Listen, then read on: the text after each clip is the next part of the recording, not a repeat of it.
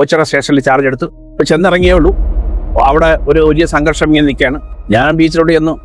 അവിടെ കണ്ടവരെയൊക്കെ നമ്മൾ പഠിച്ച രീതിയിൽ, ലോ ആൻഡ് ഓർഡർ രീതിയിൽ എന്തോ ഒന്ന് വിളിച്ച് പറഞ്ഞിട്ട് ഓടിച്ചു രക്ഷ. തിരിച്ചു വന്നപ്പോഴത്തേക്ക് ഈ മീനൊക്കെ വിൽക്കുന്നൊരു ചേച്ചി, കുറച്ച് പ്രായമുള്ളവരാ, നീ വാടാന്നും പറഞ്ഞ് എൻ്റെ നേരെ ആഘോഷപൂർവമായ തെറി ശക്തികുളങ്ങരെന്ന് ആ ചേച്ചി എന്നെ വിളിച്ചു. അപ്പോൾ കലിങ്കലിരുന്ന 4-5 പേരുണ്ടായിരുന്നു.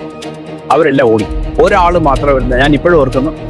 വെളുത്ത് നല്ല തടിയൊക്കെയുള്ള കുടവേറൊക്കെയുള്ള ഒരു 40 വയസ്സുള്ള ഒരാൾ വണ്ടി അടുത്ത് നിന്നപ്പോൾ ഒരു പ്രത്യേക ഭാവത്തിൽ ഞങ്ങളെ നോക്കി പേടിച്ചു പോയി. എന്നിട്ട് ഒരൊറ്റ തിരിച്ചിൽ ഈ കലിങ്കിൻ്റെ ബോളിൽ നിന്ന് നേരെ മറിഞ്ഞ് എന്ത് പറ്റിയെന്ന് ചോദിച്ചാൽ ഇയാൾ ഉടുത്തിരുന്ന മുണ്ട് അതിൽ ഉടക്കിപ്പോയി.